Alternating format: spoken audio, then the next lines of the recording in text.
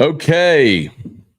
What's up, everybody? Good evening. Welcome to Nightcap with Scone, a show that was born out of COVID when wasn't nobody doing nothing but sitting around. So we said, hey, I got an idea. Let's fire up a live stream and talk about sports or media or life or anything y'all want to talk about so y'all don't have no more questions to ask. So we have a pour and we hang out. Glad to have you with us here. Smash that like button as always. Subscribe up to the channel. Thanks for being there. We'll say our good evenings. If you're new, please remember, drop in the comments whatever you got in the glass. Tonight, I'm going to have one of my absolute favorite bottles of rye, probably the bottle of rye that made me fall in love with bottles of rye. And it's actually something I've been nursing since 2018. This was Kentucky Owl 11-year rye, batch number 2. You could see here, bottled March of 2018. I don't know if you can read that. I'm trying to get it there in the camera for you. Bottled in March of 2018. I don't know, it might be a little too close. And I have, you could see, nursed this bottle because actually, I think the first time, no, I know the first time I ever opened this and sipped it was in this office. And I was doing a live stream, and I can't even remember what I was doing a live stream about, but I sipped it, and from the first moment it touched my lips, it's been my favorite rye. So we might just finish that off tonight. So, cheers, everybody. Thank you for being here for Nightcap. Last week, when we resurrected Nightcap, I started with my bottle of Rip 10 right there, and I took a swig from the bottle. So you know what? Let's do that again here as customary. Raise your glass or your bottle or whatever you got, and cheers to all of you.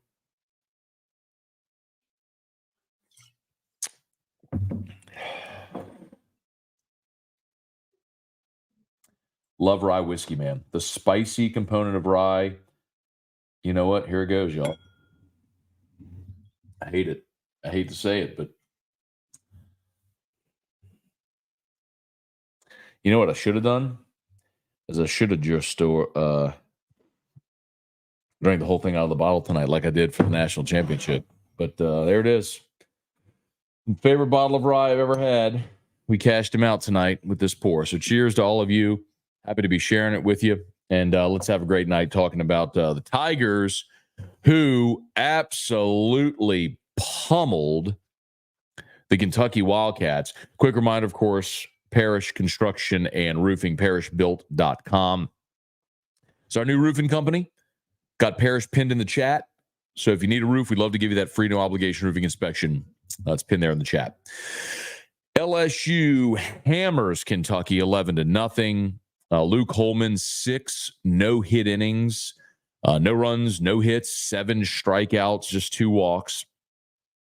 He was awesome.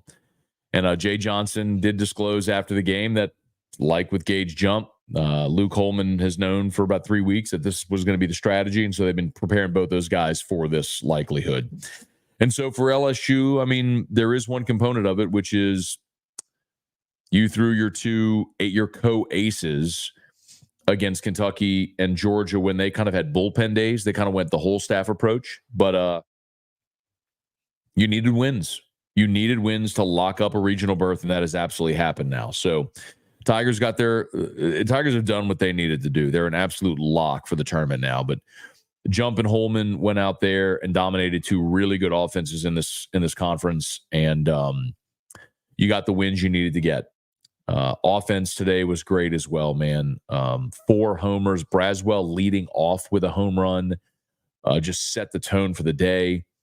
Braswell pushed another run across with a man on third, less than 2 outs. He got the ball on the ground to the right side to get the run home. And then we saw, the power show in the 7th with the grand slam by Jones, followed by the solo shot by Travinsky, and then in the 8th, another grand slam. So Tigers were awesome today. Let me check the real-time RPI. After the game today, the RPI went all the way up to 21.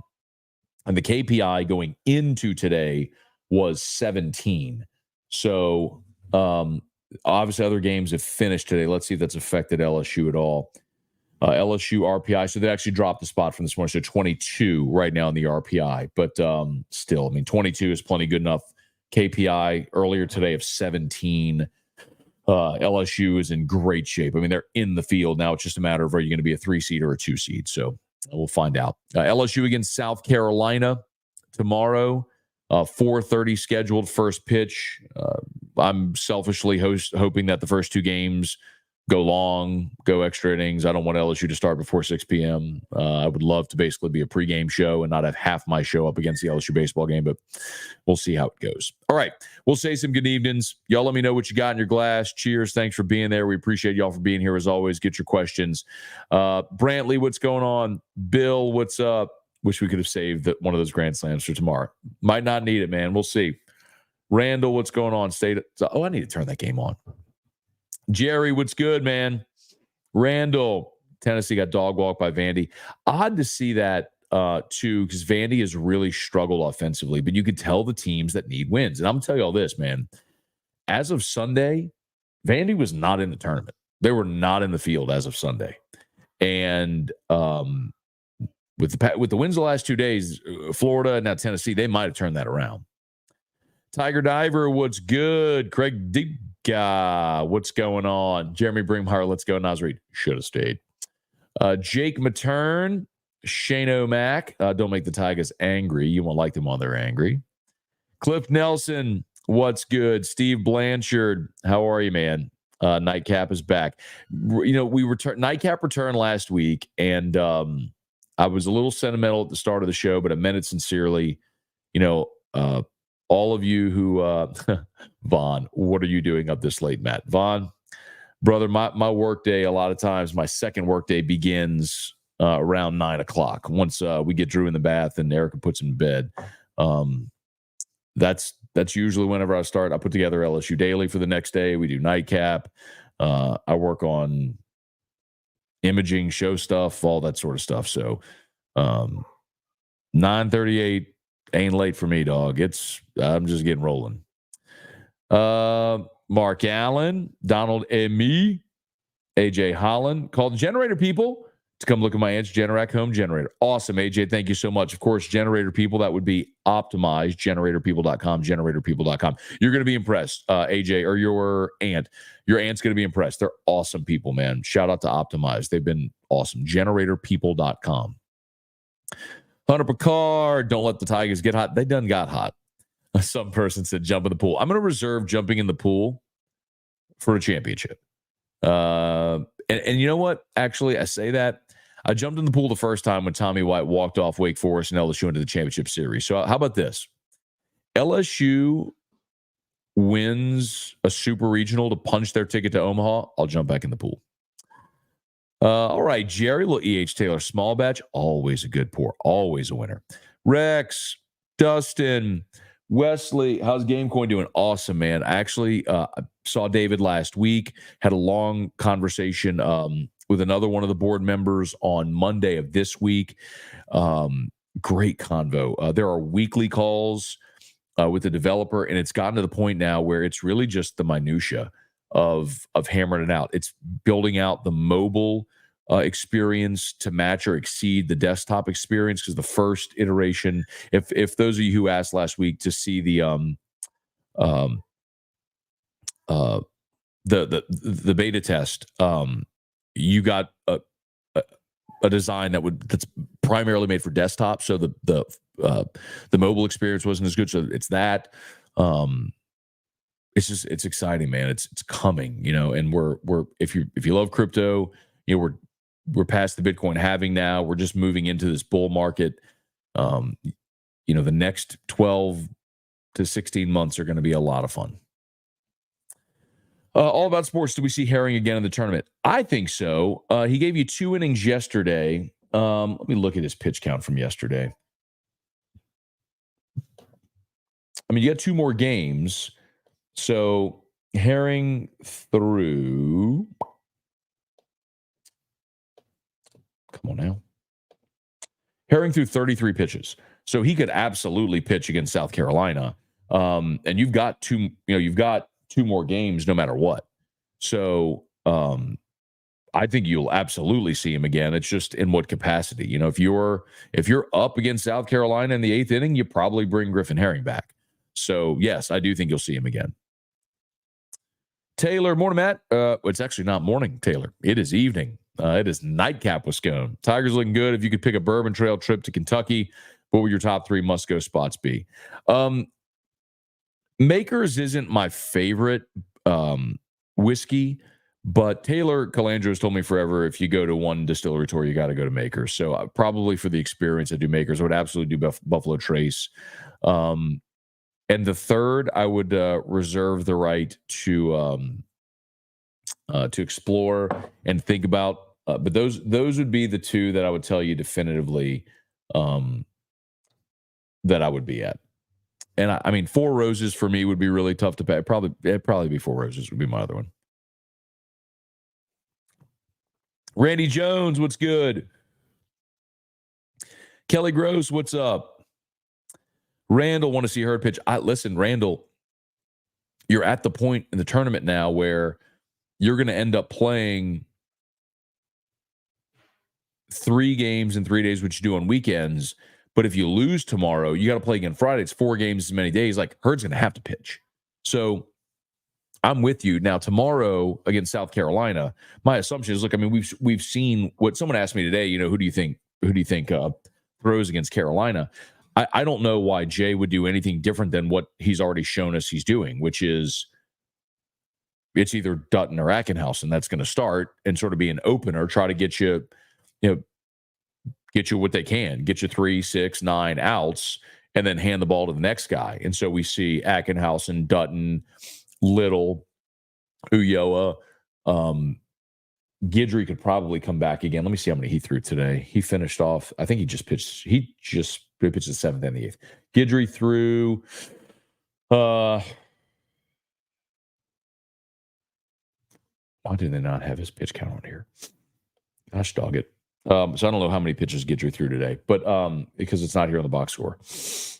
Anyway, so maybe not Guidry tomorrow. Maybe he can get you an inning, but we'll see. But I do think Herd pitches either. Look, I mean, here's the thing. If you beat South Carolina on Thursday, you get Friday off. And so you kind of get a reset of your entire staff to come back Saturday. And remember, Saturday, when you get to the weekend, it goes back to single elimination. So if you win Saturday, you're into the championship. If you lose Saturday, you're done. So you win tomorrow against South Carolina. You get the day off Friday, and you get a reset of your staff for Saturday and then potentially Sunday.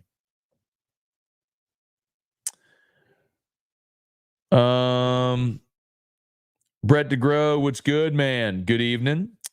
Late May, Tigers are getting hot. Cliff Nelson, a little smoke wagon straight rights. Good pour.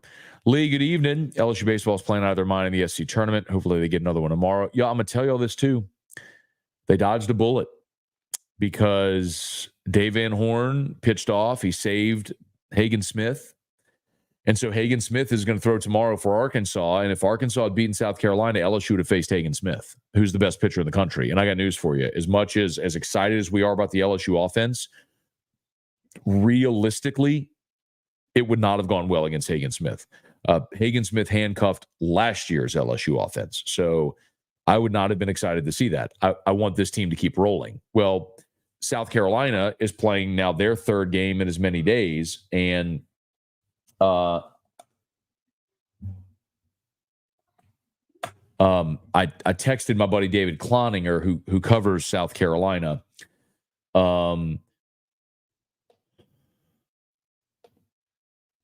And he's as good as they come. He told me, I said, who do you think goes for Carolina against LSU? So,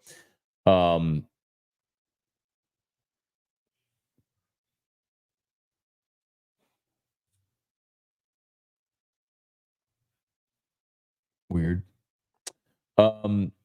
So Eli Jones already pitched. Ty Good pitched. Dylan Eskew pitched already. His opinion was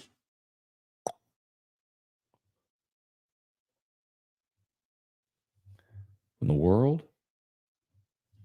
There it is. Kimball. That Roman Kimball would throw So if that holds, Roman Kimball, if this is who LSU sees tomorrow, Roman Kimball has a 5.86 ERA. He's thrown just 27 and 2/3 innings on the season. He has started 7 times, but his last outing, he went 2/3 of an inning and gave up 4 runs. In 27 and 2/3 innings, he's got 40 strikeouts, but he's got 30 walks. He has more walks than innings pitched. That's a problem. So he can strike out, but he's wild too. So if that's who LSU sees tomorrow, that's a dramatic difference than seeing Hagen Smith. Understand? So, yeah, they got a great shot to win tomorrow and probably should be favored in that game tomorrow. Craig, I still have a Weller 12 for you. I've been holding since last year. I don't remember the agreed to trade. Tell me what it is, Craig. I'm down. I don't remember an agreed to trade, but tell me, and we got the trade. I am ready. Yes, that would be awesome. Duval, what's going on? All right. Well, Scotch pour. Donald going with a Shiner Bock. Respect. Cameron, good evening. Cracking one open for the Tigers. Mike, how are the landlines doing? Just fine. We have a landline at the house for those that don't know. Erica refuses to get rid of the landline. Temporary cheers. Deacon Alec Campbell, good evening. Stats always bear it eventually. Cream always rises. Let's go 3-seed Havoc. Hey, man. Said it after LSU beat Georgia. I'll say it again. I'll continue to say it. I just can't wait to see the camera on the team as they're announcing the field that gets LSU sent there as a 3-seed or a 2-seed. People ask, does it matter 2 or 3-seed? Not really. The only thing that matters truly is going to be your draw. So who the opponents are going to be. If you're a 2 or a 3, it's really what color jersey are you wearing, what dugout are you sitting in, and who's batting first, who's batting second. I mean, it's more about the draw. Whether you're a 2 or 3, you're still playing in the 2-3 game. So it's more interested. I'm more interested in where they go. Aaron, what a birthday gift! Back-to-back Tiger wins, some Nightcap. There you go, Aaron. Happy birthday to you. Josh Smith, get crunk. Aaron, Bubba, having my 12th Yinling, may move to whiskey now. Hopefully you're not driving, Bubba. Mark Allen, tell us a story about O that you never told anyone. Honestly, Mark, I think I told y'all everything. I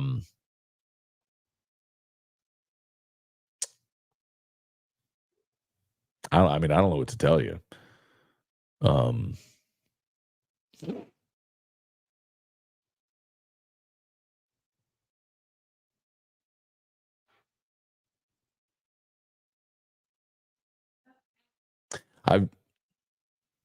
Maybe I haven't told y'all everything, but at the same time, there's a degree of professionalism that I would like to maintain. That even though, at this point, what does it matter? I think a lot of the stories with Ed involve other people as well, because Ed and I never had a crossword one-on-one with each other.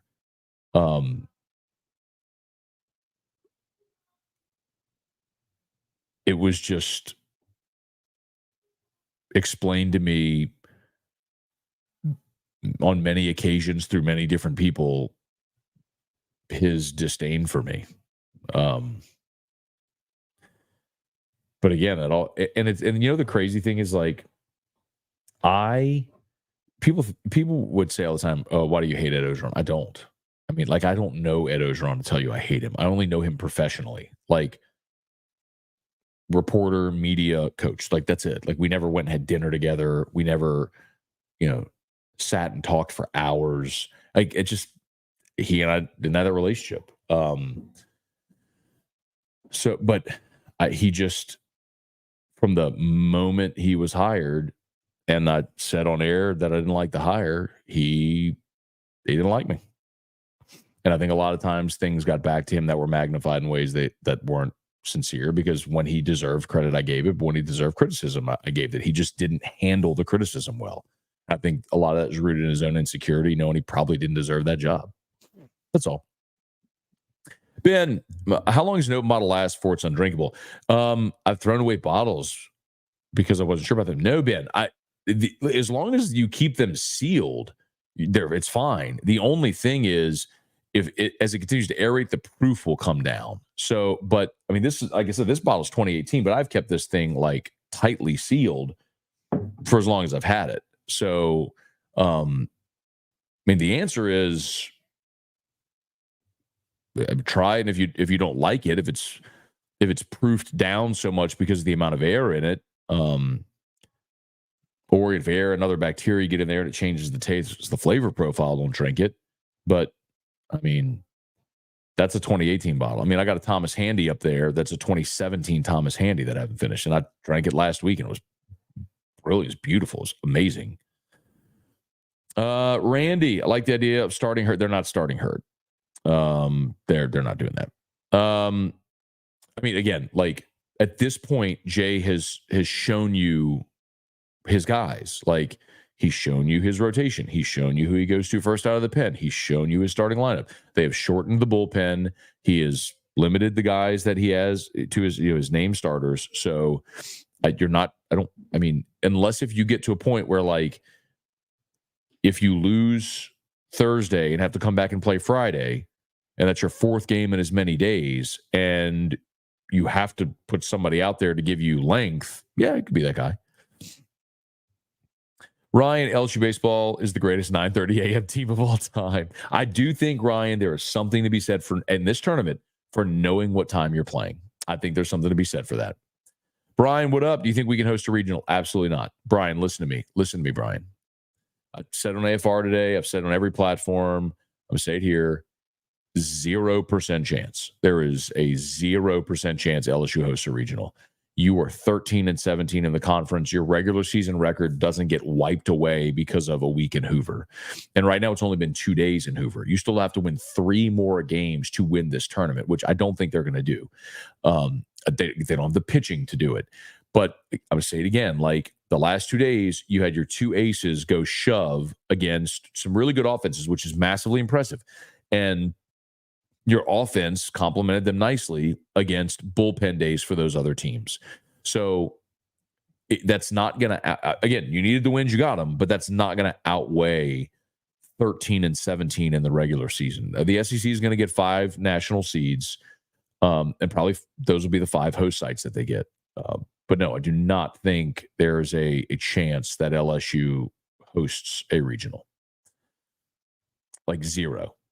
Ron, Matt finally convinced the wife to go to Restored Motions. Her back is feeling a lot better. I got to hear you were right, which never happens. Win-win. I love it. That's awesome, Ron. Yeah, it's my girl Crystal Poche over at Restored Motions. I'm telling y'all, man, I'll drop Restored Motions here. I've told y'all before, I deal with chronic back pain. Have for years, man.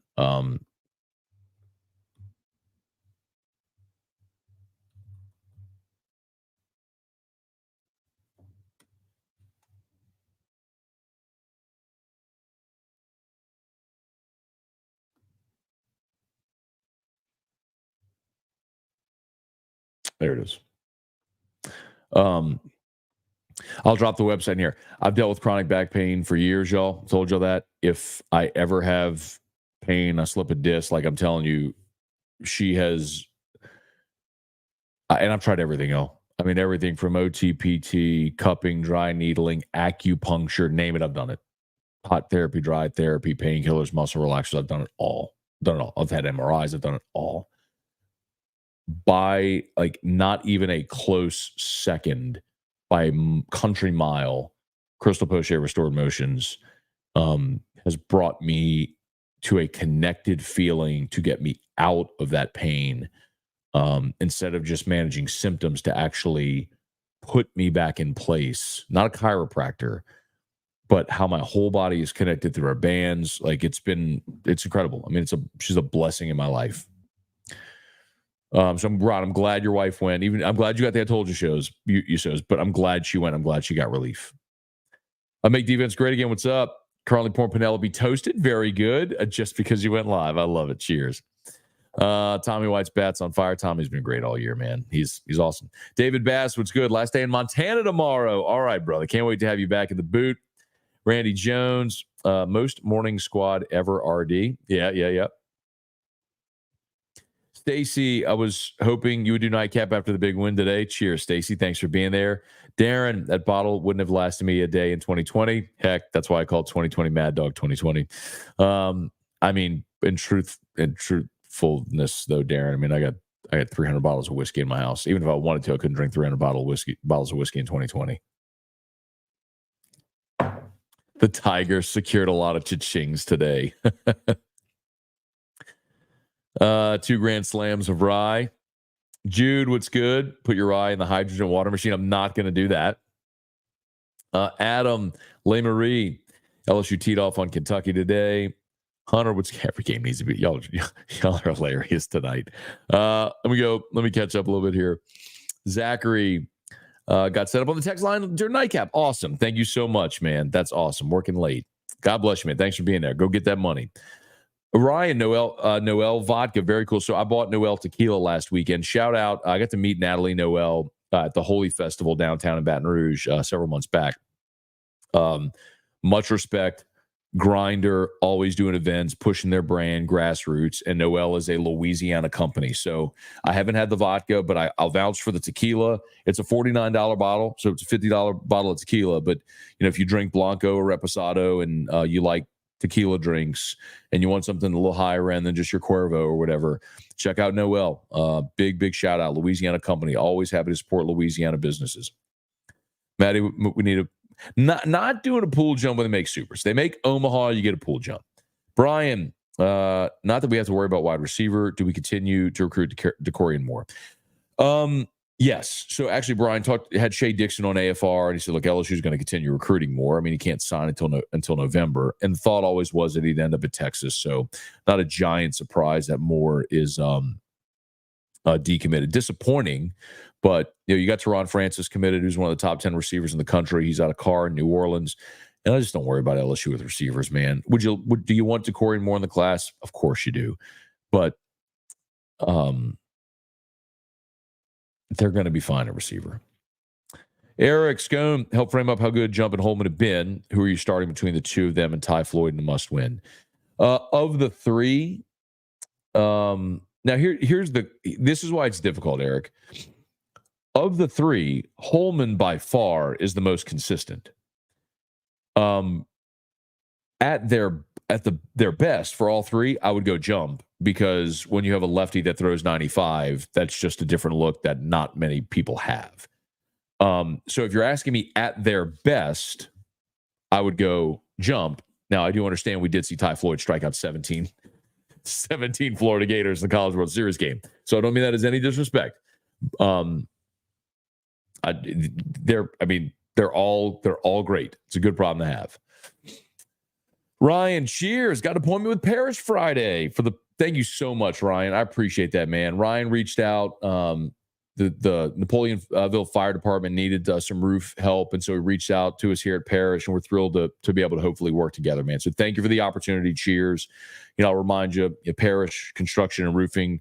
Some of y'all have heard the story. We, for the last 3.5 years, y'all heard me say, do business with someone you know. And we were partnered with HUDCO for 3.5 years. It was great people and a great partnership. And people say, why aren't you HUDCO anymore? Well, nothing happened. It wasn't anything bad. It was just, as we looked at long-term vision, and I don't think anybody really cares about this, just long-term vision, long-term goals of the company.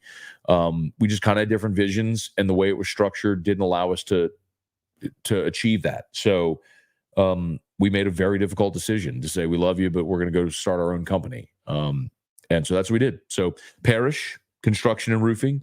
And the really tough part, y'all, is when you've built up so much like brand equity and name recognition, and you've put so much effort behind building social media and just awareness, it's very hard then to go to zero. I mean, it's all our same people. It's all our same expertise, all our same inspectors, and all of our same insurance people and same crews. It's all the same people in our office, but we're just under a banner that people don't recognize. So I got to make people recognize it. So yeah, I got Parrish on the screen. I got Parrish hat, Parrish shirt, got Parrish scrolling on the bottom.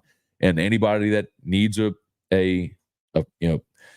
a roof repair, replacement, commercial, residential, and we do it all anywhere in the state of Louisiana and even beyond. So we've done tons of commercial jobs outside of the state. So we're happy to help.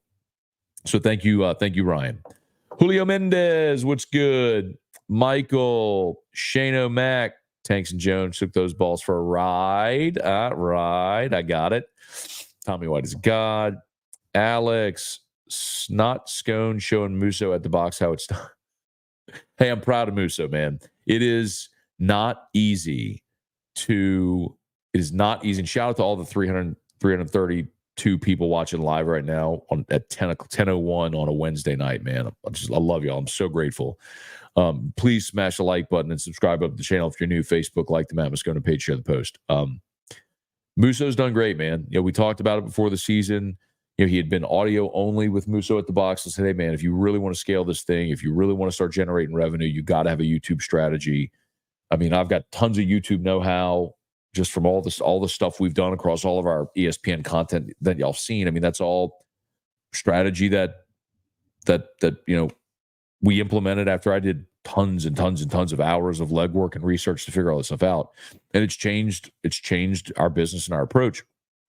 But I was like, man, you just got to commit to doing it. I mean, you've got to commit to putting out content, and he's done it, man. And he's got that channel, which is, look, LSU baseball is a niche play. But one season he's got that channel over 2,000 subs, and he consistently put out content. He listened to everything we talked about and took the ball and ran, man. He's done a great job. Really, really, really happy for him. Devin, what's good? Ryan, time to make the run to Omaha. Nelbert, Nate or Thatcher or Christian who starts tomorrow. I mean, it's going to be Ackenhausen or Dutton. I just don't know that it's any other way. I mean, just look at what they've been the past month. I mean, Jay has shown you the past month what they do. Jump, Holman, Ackenhausen or Dutton, followed by the other. I mean, so does he want the lefty or the righty tomorrow? I don't know. Does he want Ackenhausen from the left side or does he want Dutton from the right side? But one of those guys is going to open the game. I'd be certain of that. I mean, I don't know. Jay hasn't called me. I didn't text him and ask him, but and he wouldn't tell me anyway. But that's what he's done. The bigger question is, if you lose, what do you do Friday? And if you win, what do you do Saturday? That's the real question. Let's see. David, SEC will set a record for teams in the field of 64. I don't know, David. I think Florida's out. I think they get 10. If Vandy's in, I think LSU's in, and if Vandy has earned their way in, I think Florida's out. So, I think they get to 10. I don't think they get to 11. Marty Moonbeam, David Kennedy, personally feel nightly Scone should be poolside. I'll take it outside another time. We'll do that one of these nights. Look, if LSU was playing right now, it'd be awesome. Actually, not really awesome, but I'd do it outside. Lou, will Cam Johnson have a better career than Kling? Expect a lot more from him. I know he's a freshman.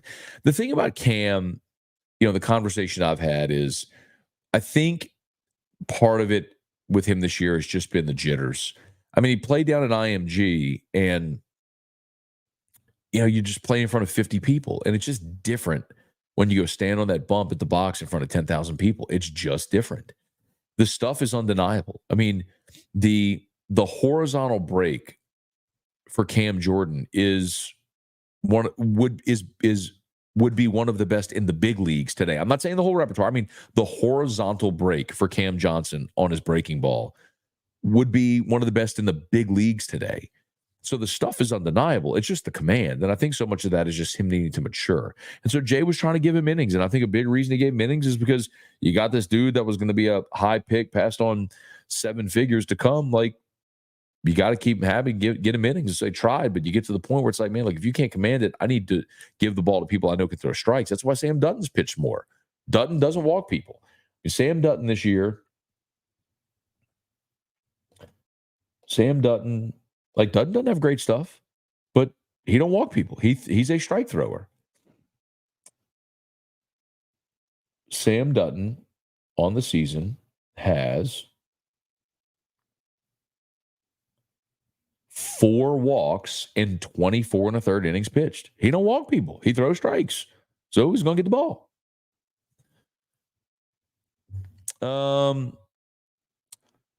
Jeff in Japan, what does RPI mean? Rating percentage index, and then KPI is key performance indicators.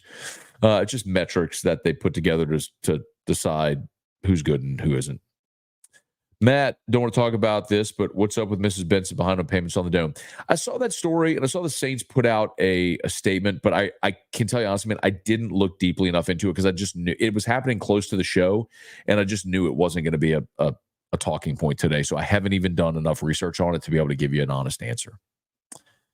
Love Musa pulling up every night. The only day he missed was Saturday. Only day he missed all season because he had a date. Eric, did you hear Jay talk about Bears body? I did.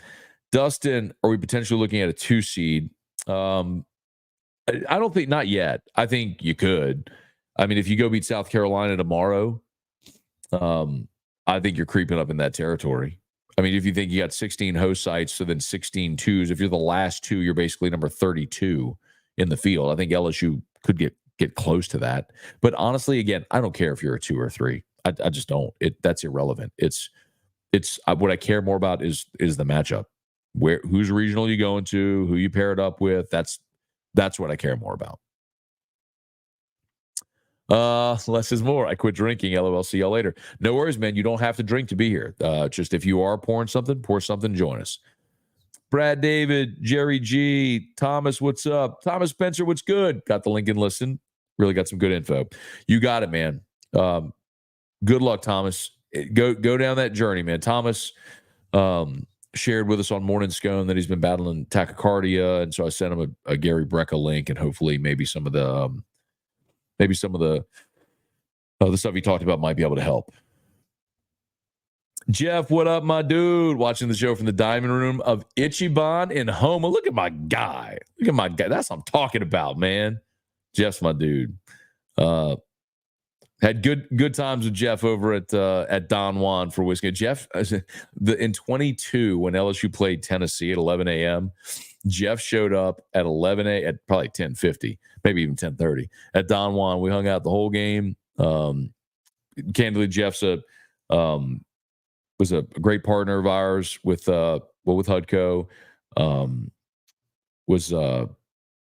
We were able to do a lot of deals together, and hopefully many more in the future as well. But more importantly, he's become a great friend, and appreciate you, man. Thank you for watching from dinner. And so Jeff texted me this evening.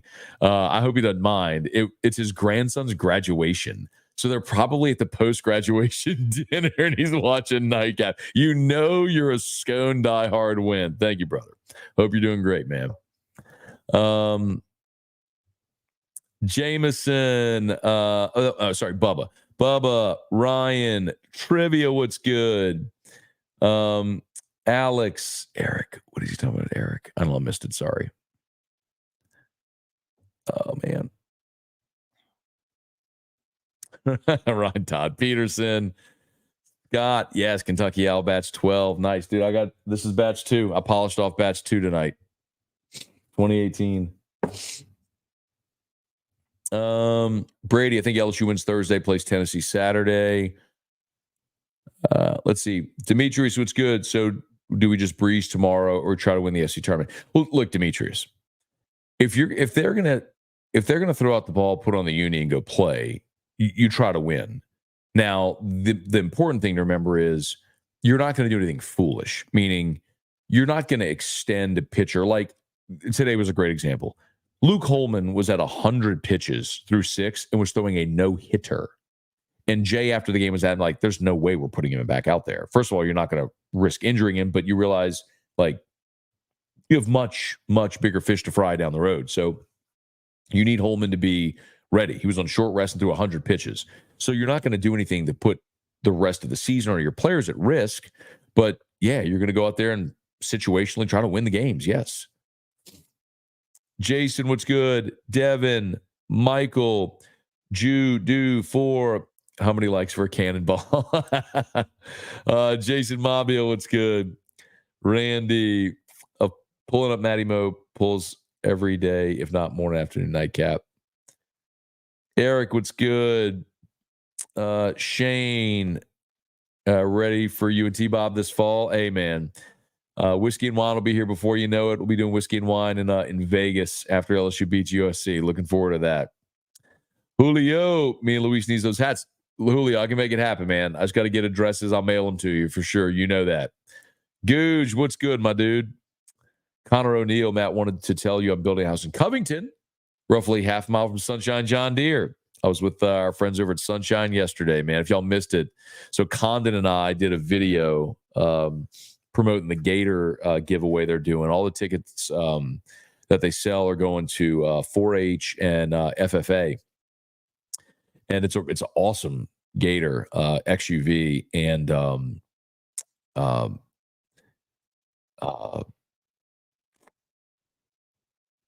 it's got like LSU and Sunshine branding all over it.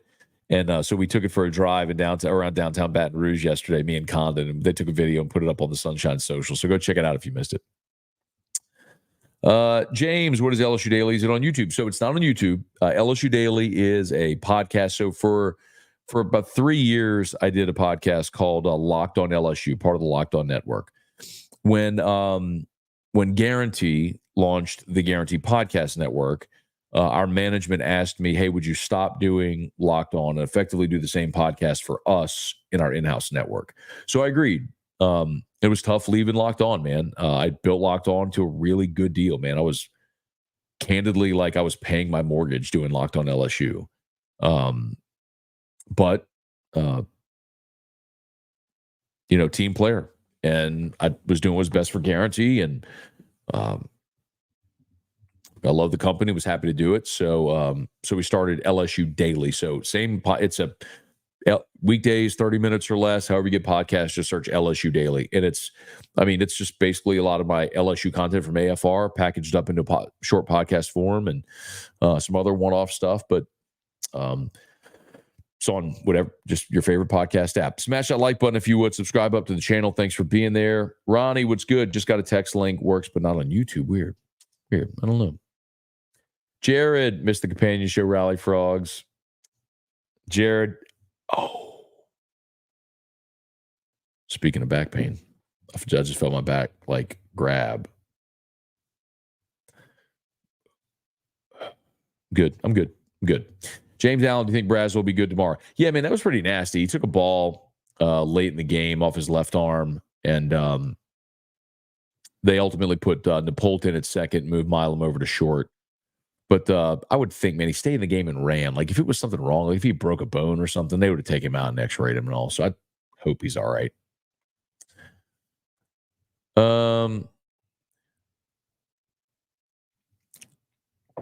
Let's see. Skip, what's good, dude? Don't let the boys get hot. Brother, they're hot already. They've won 5 in a row. Swept Ole Miss, dominated Georgia and Kentucky. 2 hosts and 1 national seed. Like, they're already hot. They've won 5 of their last 6 weekends. The only one they didn't win was because they threw up on themselves on a Friday against Alabama with 2 outs in the 9th. So, brother, they already hot. Jeremy, maybe a dumb question. What has happened to Thatcher Herd? Friday night starter to the Island Misfit Toys. Jeremy, and I'll tell you, that's probably the biggest variable in this season for LSU. Because you went from Herd being a guy that started and dominated in the championship game for you in Omaha and thinking he was going to be your Friday night guy this year, to now not only is he not on Friday night, not in the rotation, he's not pitching at all. So, if you had gotten anything out of Herd this year, you don't fall the way you did. There's a lot of stuff with Herd. One of the things I kind of was told early in the season was, sort of Yeski's pitch sequencing, a lot of what he called for Herd. It was the stuff was flat, and he wasn't throwing an overhand breaking ball, and so hitters didn't have to change eye levels, and he got hit around. And I think they made some changes after Houston, but man, I think sometimes it just gets in your head a little bit. So the stuff is great. We know it. And last time out against Ole Miss, he was really good for an inning and 2/3. So I'd love to see him out there and get going, because to win in a tournament format be it either in a 4-team region, this SEC tournament, a 4-team regional, or Omaha. Like, you need everybody, you need every arm that's going to be available to you. Skip, is tomorrow Dutton Ackenhouse? Yeah, for sure. It's a bullpen day. Choppa, what do you think happens if LSU wins the tournament? 2 seed. They're not hosting. Someone asked that earlier. They're not hosting. You've got to flush that out of your mind. There's just no way they host. They're not going to be one of the top 16 in the country. You do not go from bubble on Sunday to regional host on 8 days later. That doesn't happen. That's not happening. Little start tomorrow? I don't think so, man. And congrats on the Weller 107. No, I mean, I don't think Christian Little started a game this year. Little has not started a game this year. He's not going to get his first start tomorrow. He's a bullpen guy. Like, you're going to start Dutton or Ackenhausen. It's going to be one of the two.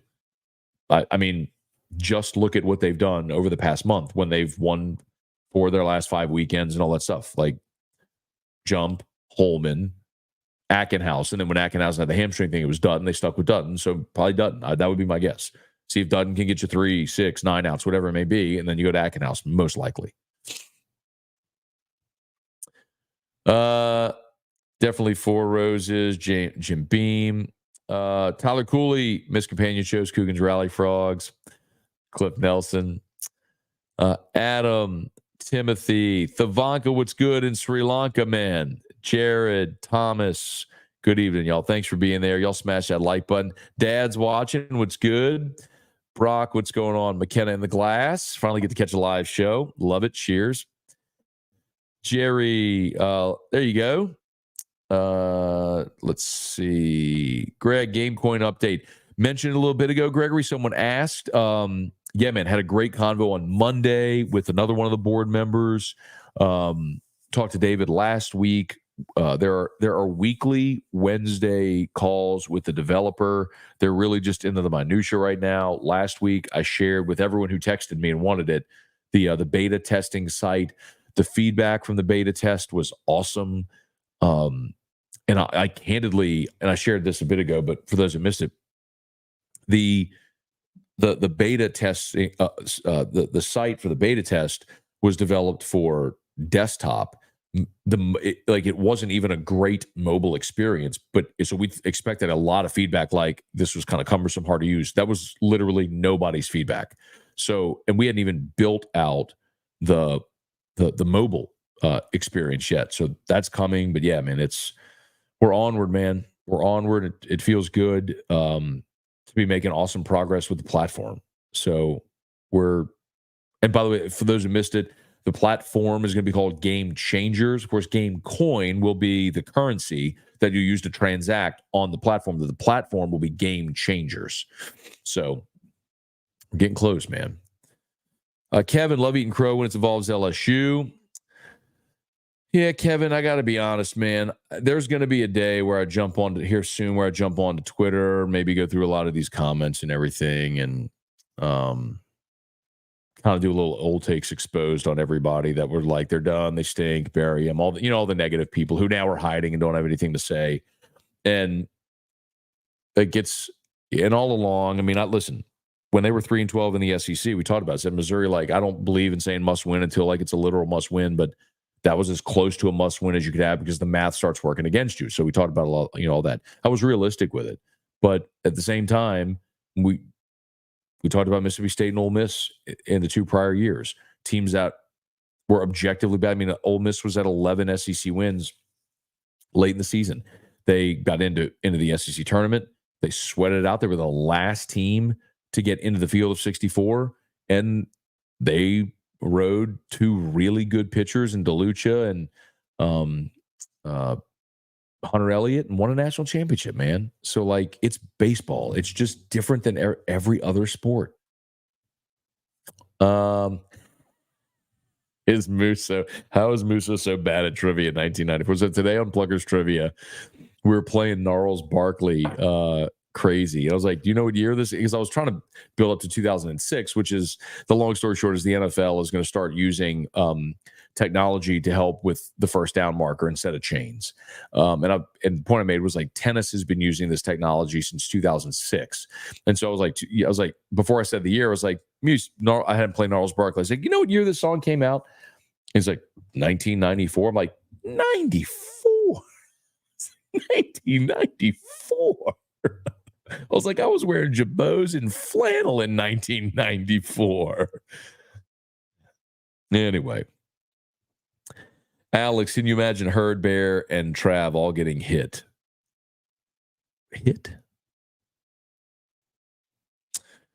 Juan, good evening. Is Scone and T dead or on pause to football? So we would gladly bring it back. We just have to get an on-premise sponsor like we used to have. For a lot of reasons, Oliver Twist, we stopped doing there. Nothing bad, but when they had to stop, pause for a bit, we stopped doing the show. But we do it again if we had a location, so we'd have to have a sponsor come on board. David Landry, good to be back, man. Devin, hold up, bro. What are we drinking tonight? How are we gonna have a nightcap without a nightcap? I've raised my glass plenty, bro. I mean, it's just down here. You just can't see it, but it's right here.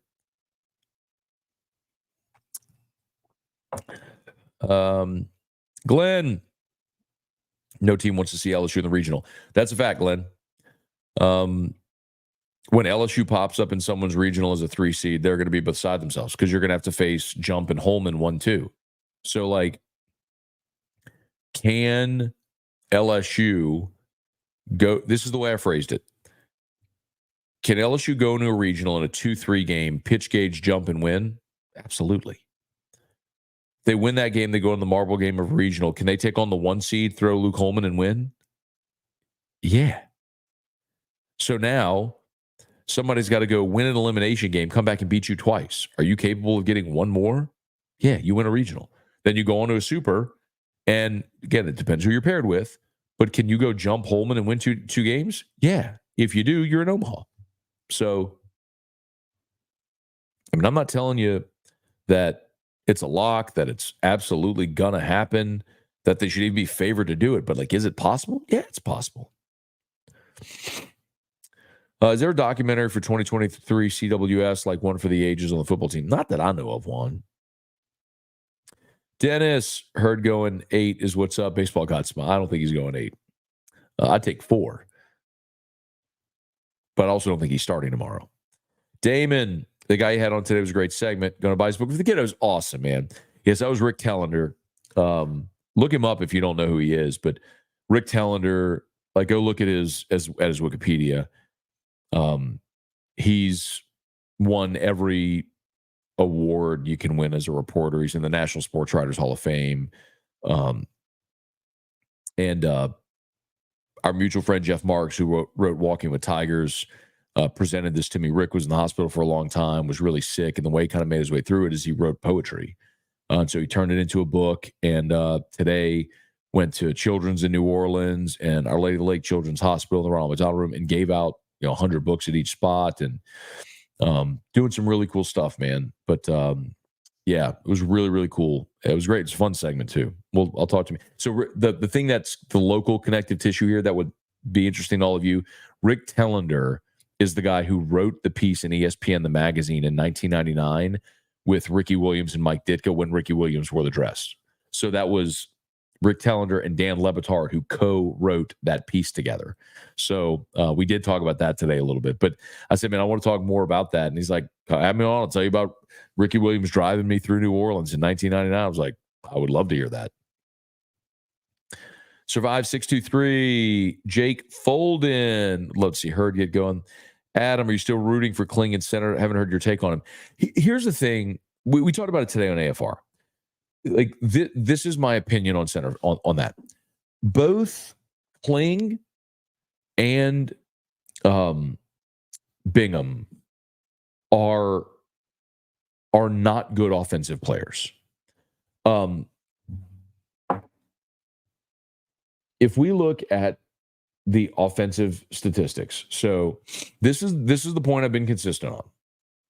And the thing I think that is hardest for an average fan who doesn't love baseball, and like, you may love LSU baseball, but like, are you the fan that's sitting there watching the Thursday night SEC game, or who's watching 80 MLB games in a year? Because I am. Like, I'm that guy.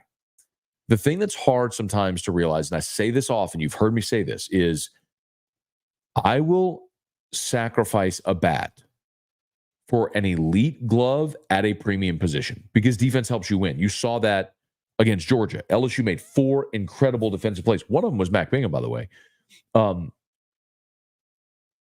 But one of the reasons Gage Jump was able to go 7 is because Tommy White made the barehanded throw. He caught Condon's liner at third.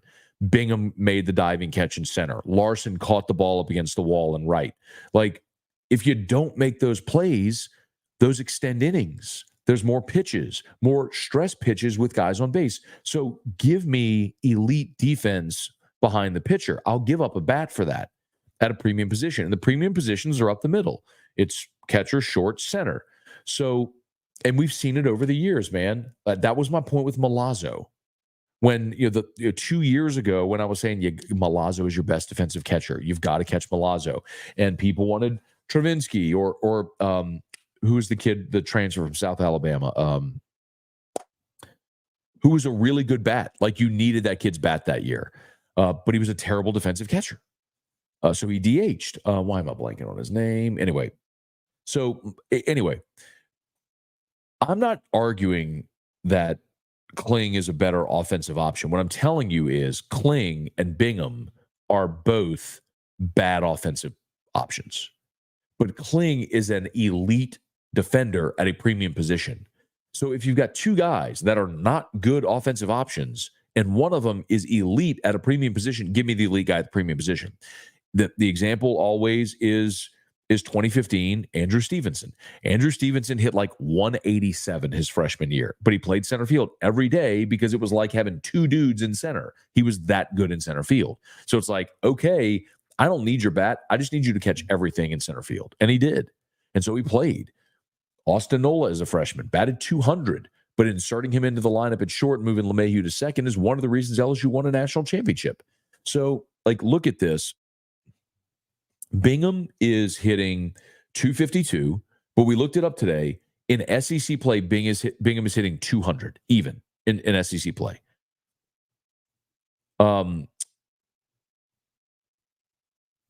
Kling in SEC play is hitting like 189. So they're 10 points apart. The big difference, though, is Bingham's on-base percentage is 371. Kling's on-base percentage is 413. For perspective, Tommy White's at 418. Larson's at 438. Jones is at 432. Those are the only players on the team with a higher on-base percentage than Paxton Kling. Milam's at 412. Braswell's at 407.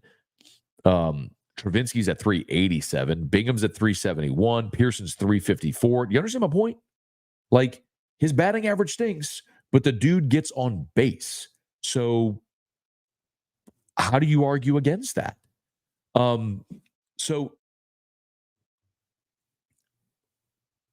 you got a guy that gets on base more and is better in objectively a better center fielder. Yes, I would play Kling, but Jay is now giving Bingham some run, maybe because he's a 5th-year guy, veteran guy, he's been through postseasons. Okay, if that's what Jay's going to do, is what he's going to do. But if you ask me why, like you said, are you the way you framed it, are you still rooting for Kling in center? I would play Kling in center, yes, because he is a better defensive center fielder than Mac Bingham. He is Paxton Kling is your best defensive outfielder, period. And Jake Brown is your second best defensive outfielder. Let's see. Thomas. Last time I heard that story, it was Bama Sunday guy. Mark, Janet, no. Well, Janet, Tigers could end up hosting a super. It would take a very weird sequence of events. Both LSU and whoever that regional is paired with would have to upset the regional host. So essentially, and then LSU would have to be the higher seed of the two, and then they'd get the host in Baton Rouge. Derek needs some Parish swag. We can make that happen. Talking to Terrio today, we are going to have a Parish hat party probably next week around the regional if the game times work out. But we're probably going to have a Parish hat party next week. Randy,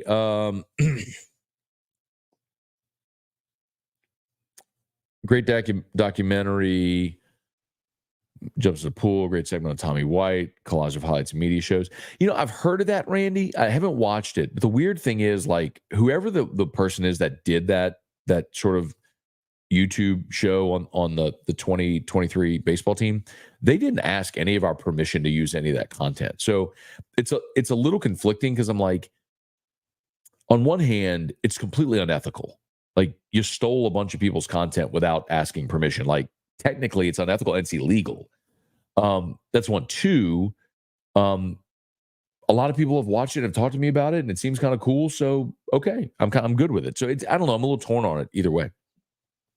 So, Adam, Jake Brown's better than, yes, Jake Brown is he's a better prospect. Bingham's had 600 career collegiate at bats. He's just been around a long time. Mr. Toby Tomplay. What's good, dude? Dylan got me some Twisted Tea tonight. LOL. Lisa. David, given the recent pitching success, can you determine the Tigers' fielding percentage during the recent winning streak?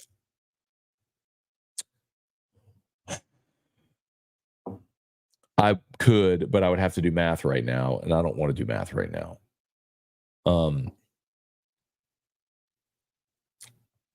It's how many errors have they had in their total chances. You'd have to go into each of the last game, look at the total number of chances defensively, and how many errors, and then you would do that number.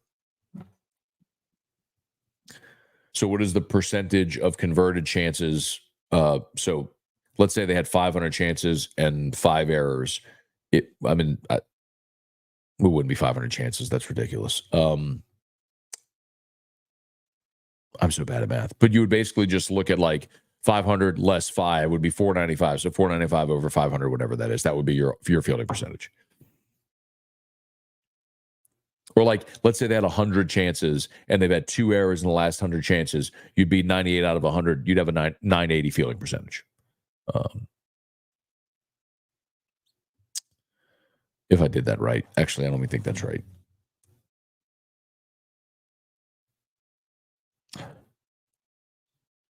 Oh, my God. Is this out there?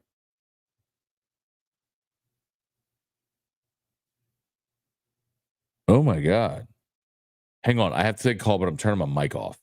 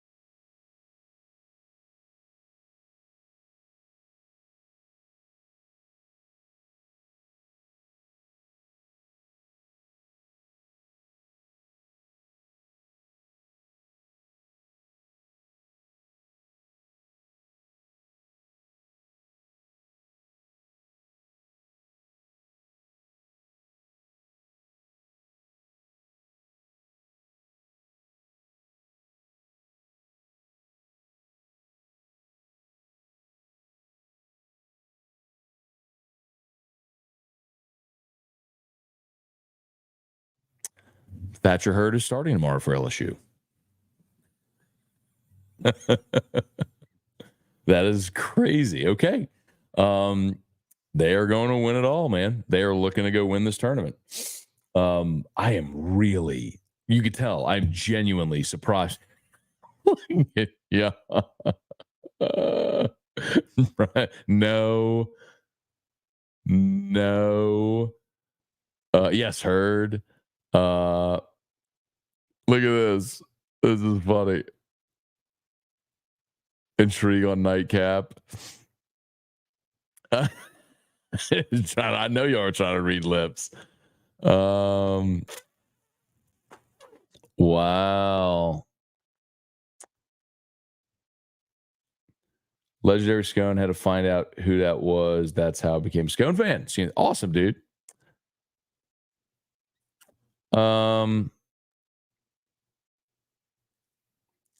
Your Tommy Tig speech and pool job. I need to go look that up. I don't even remember what I said. Okay. So they're starting Thatcher Herd tomorrow.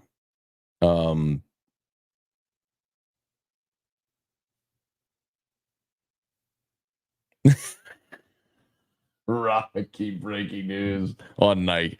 Well, I just got to call it 10:30 at night. Y'all, I am very genuine. I mean, you can tell I'm surprised by this. Like, a lot of y'all have asked. And I mean, I told you I was giving an opinion. I didn't know. Now I know. But I'm genuinely surprised.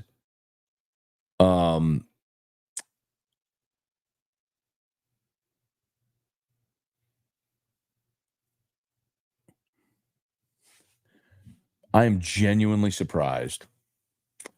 Please, by the way, since I just gave you all that, everybody who hasn't yet hit the like button, you better hit the fucking like button. And oh, by the way, you better call us at Parish to come inspect your friggin' roof. All right. Parishbuilt.com. Links pinned in the chat.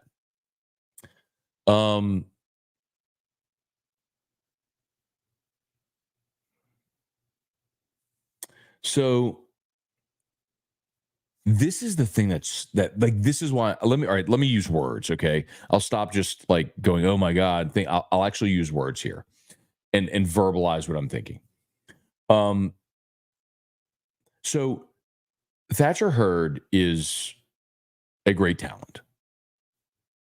That's not even like coming into this season. Okay. Let me not even give you my opinion. Coming into this season,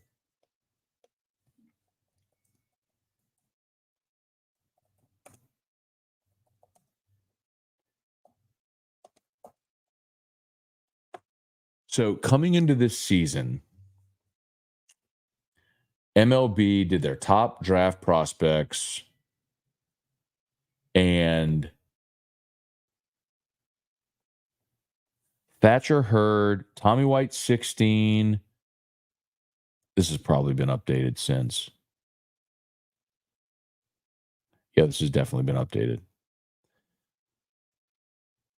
But Holman 56. Yeah, Herd was way higher. Jump 65. I wish I had the list from before. God dog it. Oh, wait. So they still have Herd 101. Previously, they still have Thatcher Herd number 101, MLB.com on the prospect list for this year's draft. He was in the top 30 before the season started. So you don't even have to take my word for it, right? These are like, this is MLB.com scouting service telling you they have Thatcher Herd as the 101st best overall prospect in this year's draft. Okay. So we know he's got ability. The reason that I'm surprised is we had just talked about how Jay had shortened his staff. He had shortened his bench. He shortened his bullpen. And you can see the guys that he's leaned on.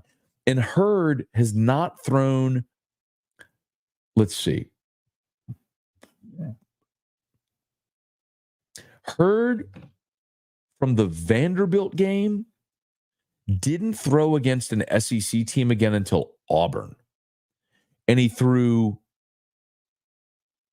a third of an inning against Auburn, and then against A&M, he didn't record an out.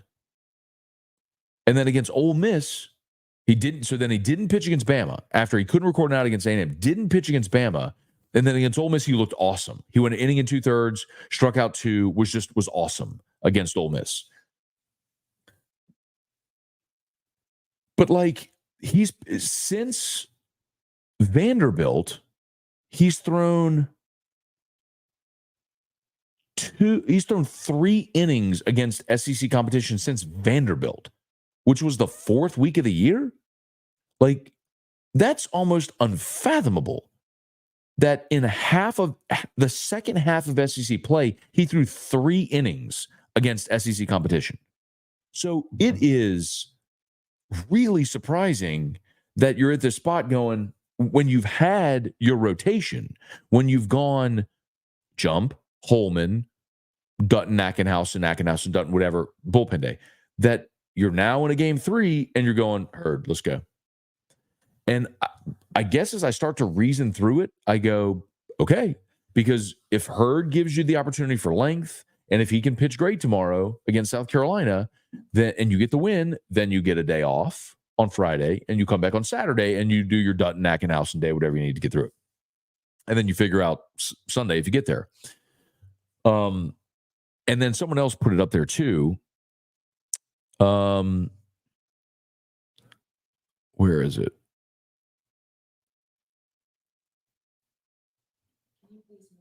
Yes.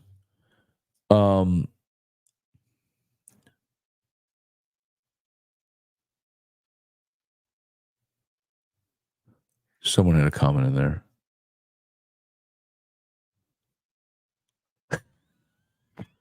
Carl, you look like a pitching coach when I was talking to him this one time. This is a chance against an SEC team that's going to be in regionals. That here it is, Lou, pre-regional rotation test. It's kind of an opportunity to say, hey,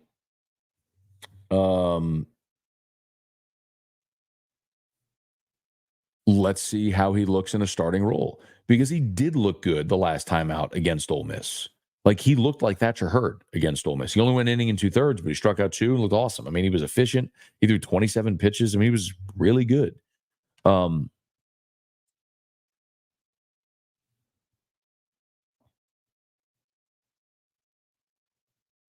But it's true. Like, if he goes and shoves tomorrow, then you feel really good about having him as your number 3 starter if you need when you need a third starter in regional or potentially in super regional play. I mean, this is the guy. It's so interesting too, man, because I even said it. It was when Ackenhausen got hurt. When Ackenhausen hurt his hamstring, and the next week they were looking for a game 3, and I was like, I'd start Herd. Like, let me see what Herd can be here. And he went with Dutton. And I don't blame him. Dutton's a strike thrower, and it earned. Dutton pitched well against Auburn, and I think it earned innings. So I'm very much in favor of this. I'm just surprised. I love it. I'm just surprised, as you could tell. But some of y'all are saying, this is when Herd last year got going. Herd got going last year against Alabama. In the Alabama weekend last year, Herd came out of the bullpen and went an inning and 2/3. Had a strikeout, and was very, very efficient, because he had hit the skids in the middle of the season. But then he pitched, gave you an inning of relief against Auburn where he struck out 2. Then against Mississippi State, he got shelled in the 9-4 loss. But then gave you 5 innings of 2-run ball against Georgia, 5 1/3 against South Carolina, 5 1/3. 3-run ball against South Carolina. Then in postseason, 5 innings against Oregon State, gave up 4 runs, gave you 3 innings of 1-run ball against Wake, 3 innings of shutout ball against Wake, and then went 6 innings against Florida in the championship game. So he was great for you in the postseason last year. Let's see, Oregon State, let's see, in the postseason last year, just talking about regionals, 5, 8, 11, 17 innings of he allowed 7 runs. 4 of them were against Oregon State. I mean, outside of that, 12 innings in the College World Series, he allowed 3 runs. I mean, if you can get that from Herd, yeah, I'm for it. Okay, I have to go move Drew into his bed. I'll be right back. Don't go anywhere. And if you haven't done it yet, smash the like button.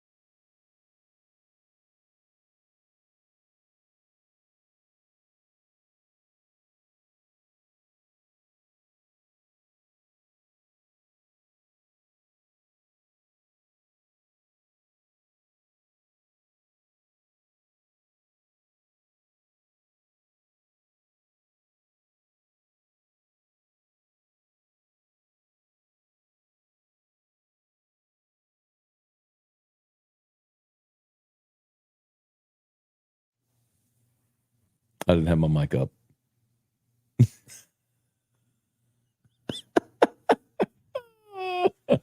I just want to do that whole thing. I was answering the question the guy had about Carolina's pitching left. All right, I'll do.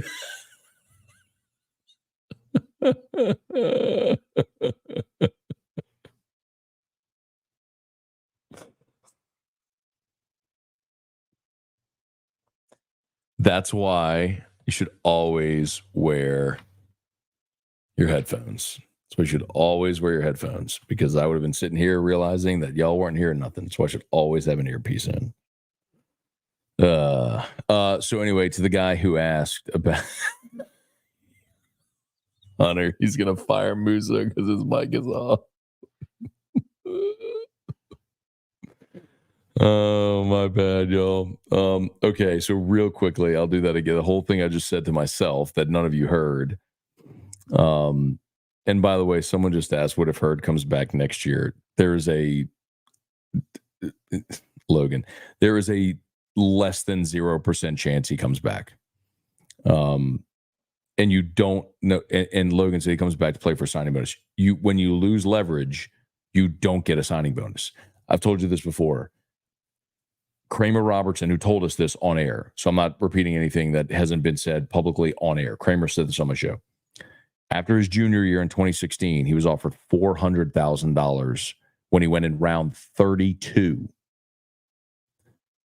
He came back for a senior year in 2017, went in round 4, and got less than half that number. I think he got 150 going around 4 after going in round 32.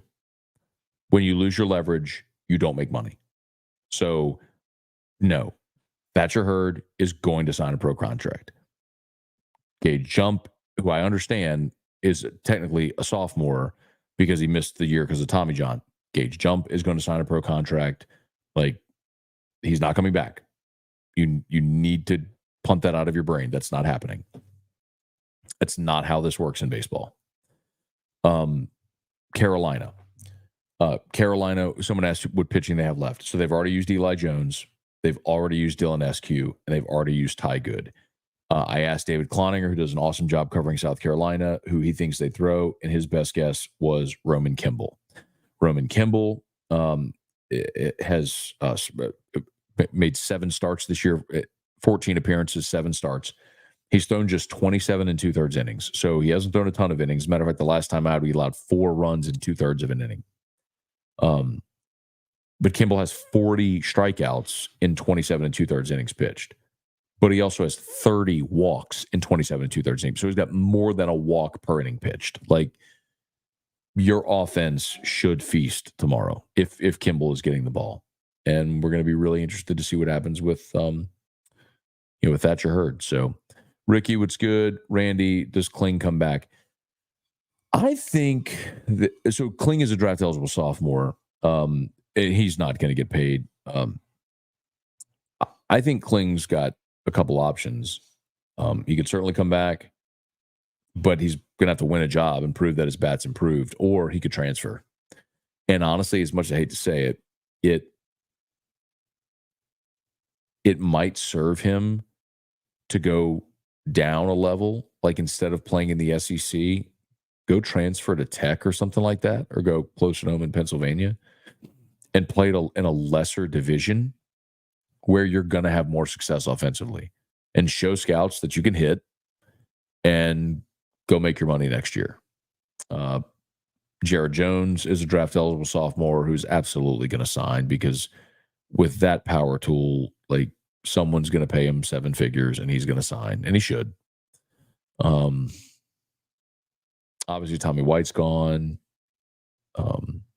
Herring is an interesting one, because my understanding is if Herring comes back, he's going to want the opportunity to be a starter. But look at what you have. You've got Chase Shores coming back off of injury.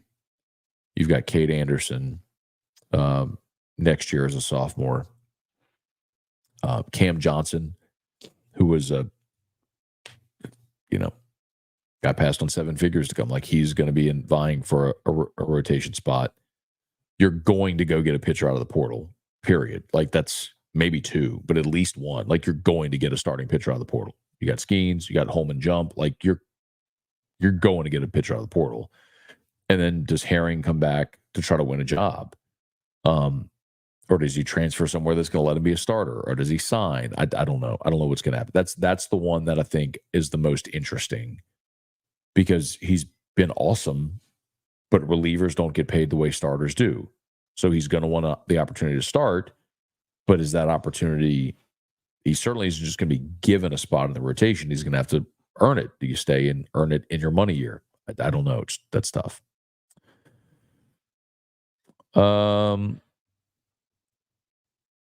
Let's see.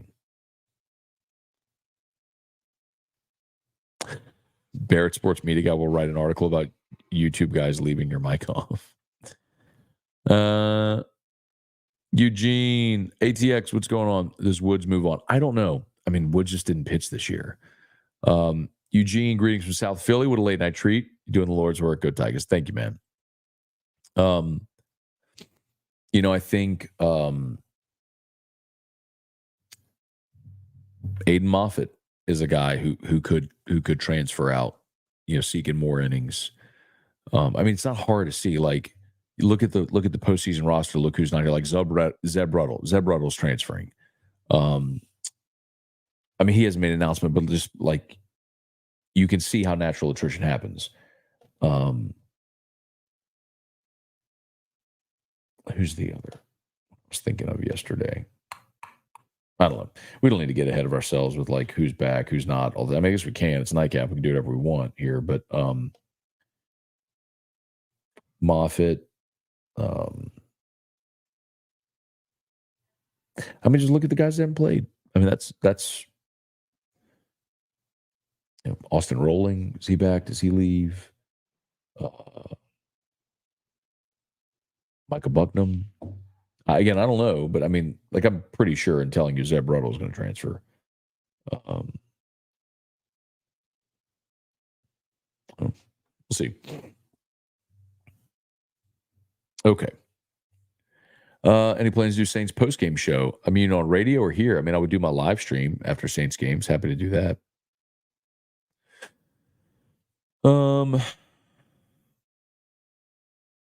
Kyra skipped me again. We're gonna have to rumble. I didn't skip you, man. I'm just looking at the comments as they go. I went to the bottom after my mic was off. Let's see. I'll go back up. Hang on. Oh, you're down there. Hang on. See, look, I skipped. Like I went through all those comments whenever I Let's see. Where are you? Let's see. Where are you, Kyrie? There you are. Let's see. How are you, Unc? Go Tigers. Catch by Larson, the 6 was tough. Great hitting all around yesterday, again today. They have gas listen. The funny thing about Larson's catching the 6, as great as that was, it was an amazing catch banging into the wall.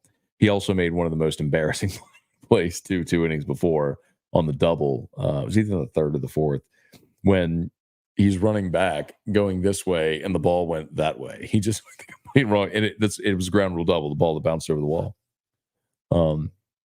So he in the same game made one of the best plays you'll ever see and one of the worst plays you'll ever see. Jack, if you could only cover college or professional sports for the next 10 years, what would you pick? Oh, I being here, it being here in my job, I mean, LSU is the driver.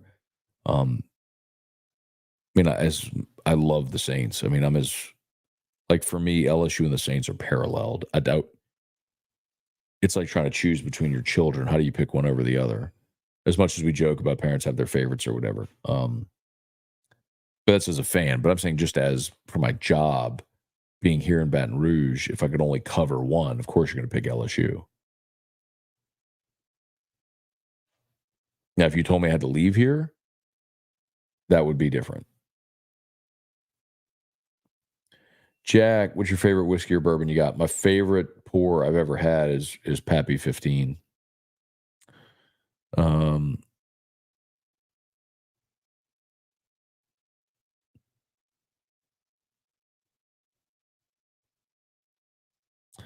Chili, Matt, can you do a recruiting class breakdown?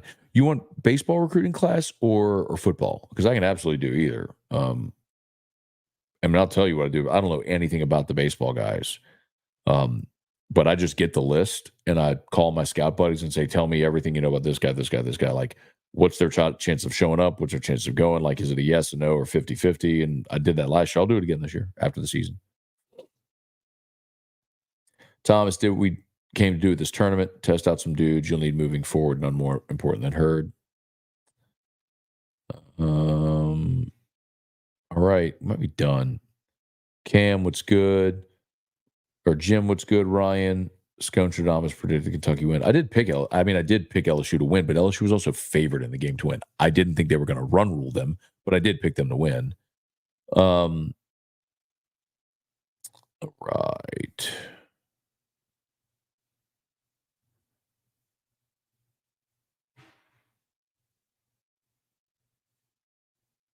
Let's see. I'm trying to catch up where I was because I bounced around a little bit. My apologies, y'all. Please smash the like button. We'll wrap up here in a bit.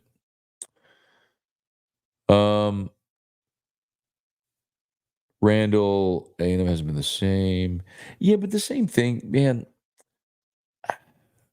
look, LSU last year lost 2 of their final 3 weekends, and they were a dud in Hoover and won the national championship.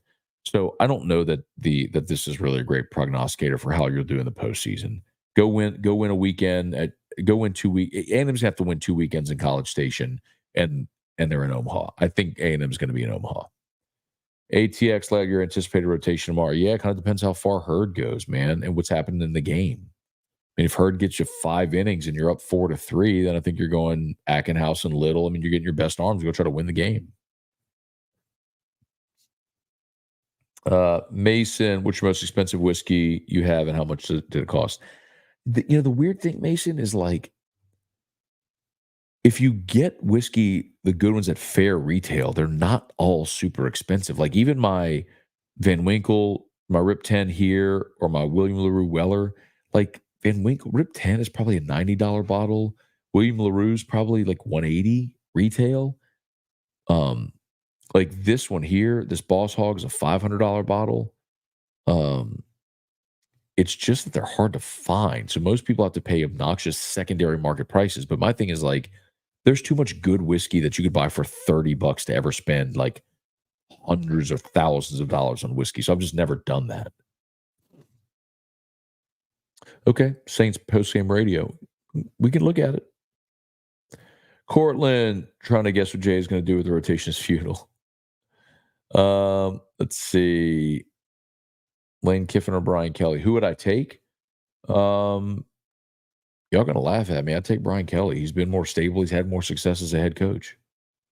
I mean, I would take Brian Kelly over Lane Kiffin. Lou, Moffitt has great potential. Hope he stays. Definitely shown improvement.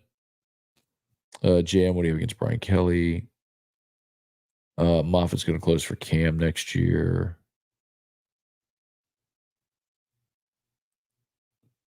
Anyone notice Holman on the ground during the white play? I did not. Ben, could you pin a post on Twitter of your favorite bourbons? Every time I go to the liquor store, my mic is blank. Ben, if you text me on my show text line, 225-396-4400, 396-4400, 396-4400, ask me. I'll send you a list. I'll text you a list.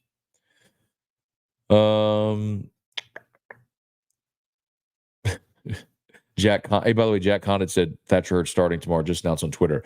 Well, it was just announced on Twitter, and I announced it here 20 minutes ago. So whoever posted it on Twitter, unless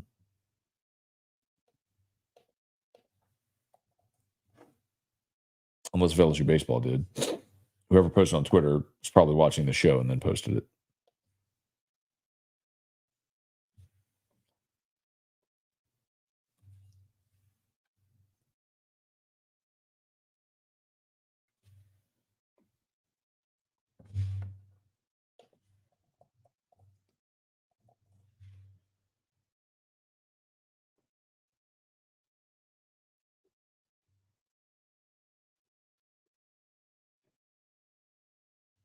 South Carolina's throwing Tyler Pitzer. Okay, that's different than Roman Kimball. So here's Pitzer. Pitzer has started 5 times this year, 17 appearances, 5 starts, 38 2/3 innings pitched, 53 strikeouts, 20 walks, still a lot of walks, but Tyler Pitzer getting the ball instead of Roman Kimball. So, okay.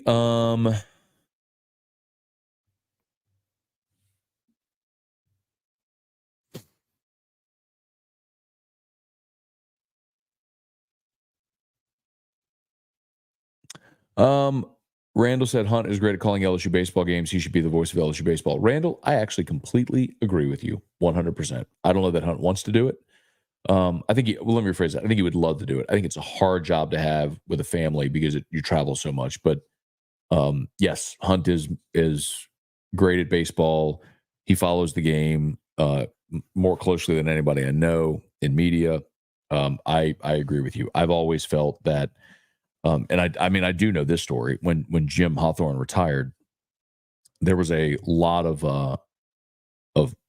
there was a push on Oliva to have a separate baseball play-by-play man. There are very few play-by-play announcers that do in college that do 3, that do football, baseball, basketball. It's just it's so well, first of all, you have a lot of overlap with basketball and baseball at the beginning of the season, and it is just a lot. A lot of people asked whenever Hawthorne retired if I was going to apply for the job, and there was a time in my life where the voice of the Tigers was my dream job. But it is an insane job when you do football, baseball, basketball, and all the coaches shows. There's something like 45 weekends out of the year that are spoken for where I mean, like, do you really want to drive to Starkville on a Thursday, call a Friday, Saturday, Sunday series all the way from your family, drive home Sunday night, back at a coach's show on Monday, calling a game against Nichols on Tuesday?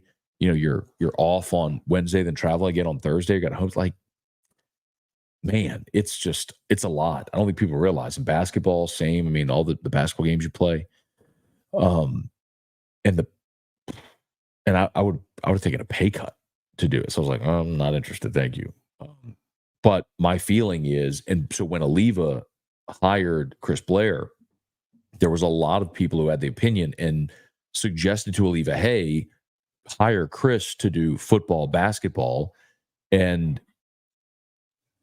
let someone else do baseball. And Hannegriff would have been perfect at the time. Obviously, he was doing baseball. But yes, I agree. Like, I think they should have a separate baseball play-by-play guy. But Oliva's thing was, no, when there's a big LSU moment, we want a voice that is synonymous with LSU, and people know that it, like, so that's why when they hired Chris, he still does all three. And I don't think when Chris got hired, he had done many baseball games. I think like when he was at Georgia Southern, it was minimal. He had done a very minimal amount of baseball games. I think Chris's best sport is basketball. But it's obvious that he hadn't called many baseball games. And I don't mean it to be a knock on Chris. I really don't hope it doesn't come across that way. But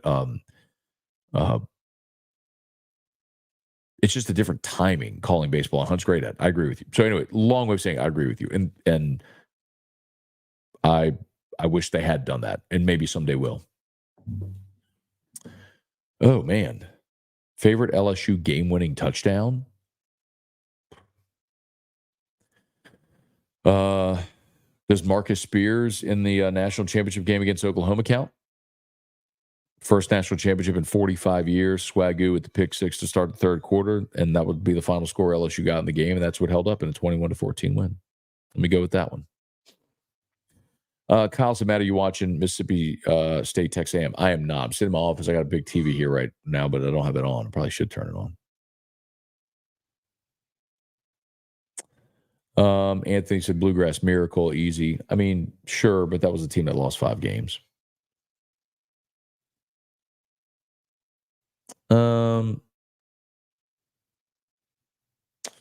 Ole Miss missing the postseason 2 years. Yes, Ole Miss is absolutely not. I mean, they're sub 500. They can't go to the regionals.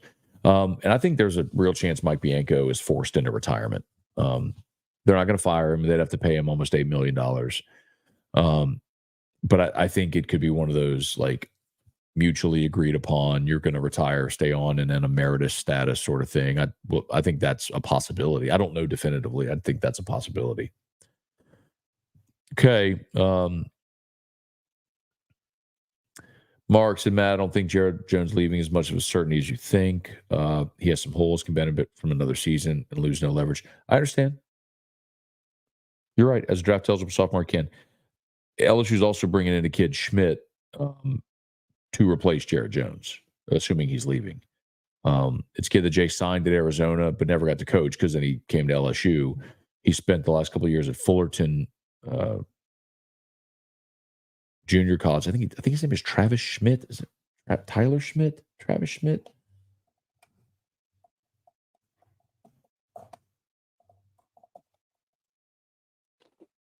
Trevor Schmidt. Close. That's Trevor Schmidt. Big dude, going to stand on first base, catch the ball, and slug homers. He's a signed guy in this class, JUCO guy. Yeah, they gave Bianco a big contract because he won a national title. Wouldn't you? Wouldn't that be the expectation?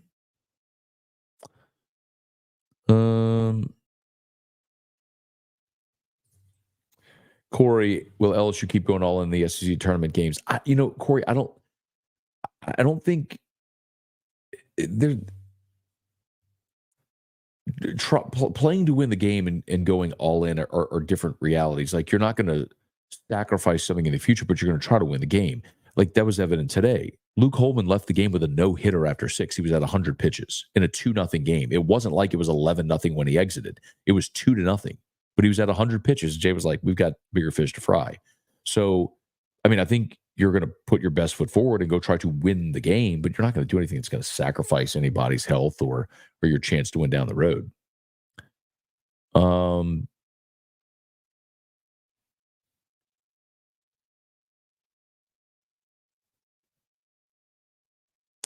was trying to be nice.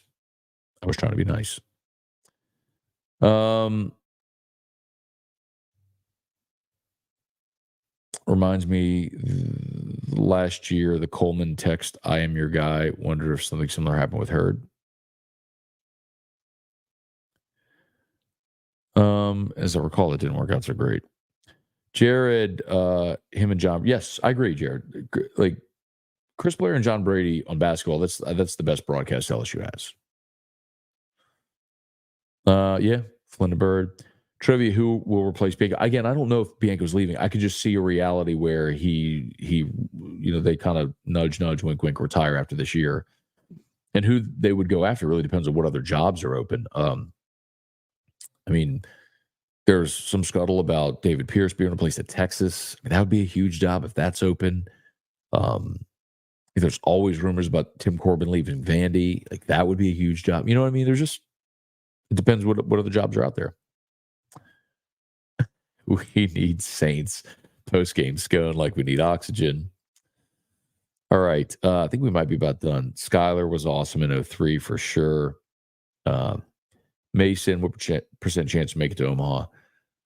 Mason, it's impossible to answer that. I'm not dodging your question. It's impossible to answer that without knowing your draw.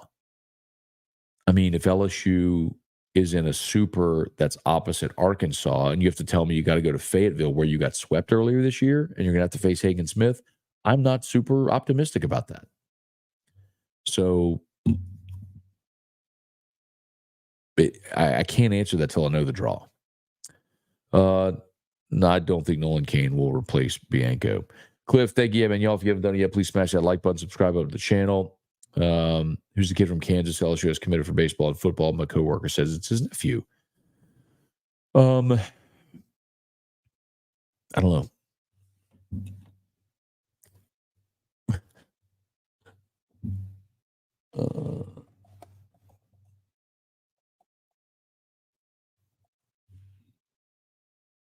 You sure?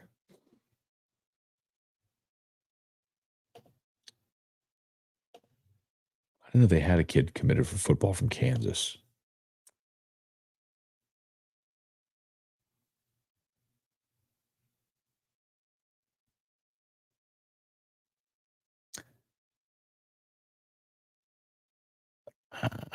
I'm not saying you're wrong. I just don't see a guy committed from Kansas for football. So,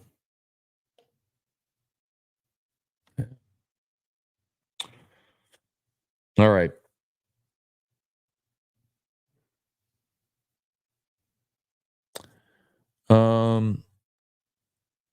Why isn't this working? Come on.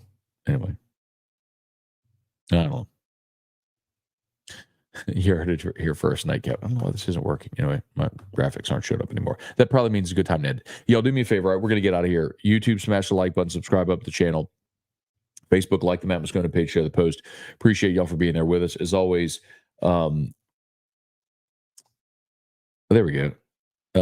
Did you say if you're having Kendall? Kendall comes on every week, but he usually comes on Thursdays. I don't know that we're going to be able to make it work tomorrow because he's in Hoover. I guess in theory we could have Kendall on between the second, like after the second game, before the LSU game. We could try to make that happen.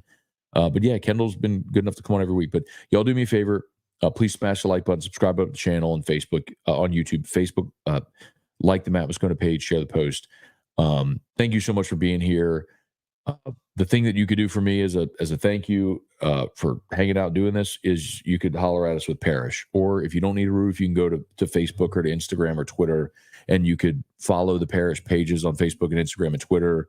You could share our content. If you know of someone, a friend, a neighbor, a relative, anybody who needs a roof, has roof damage, might have an issue, give us a shout. Parishbuilt.com is the website, parishbuilt.com. All the info is right there, scrolling at the bottom.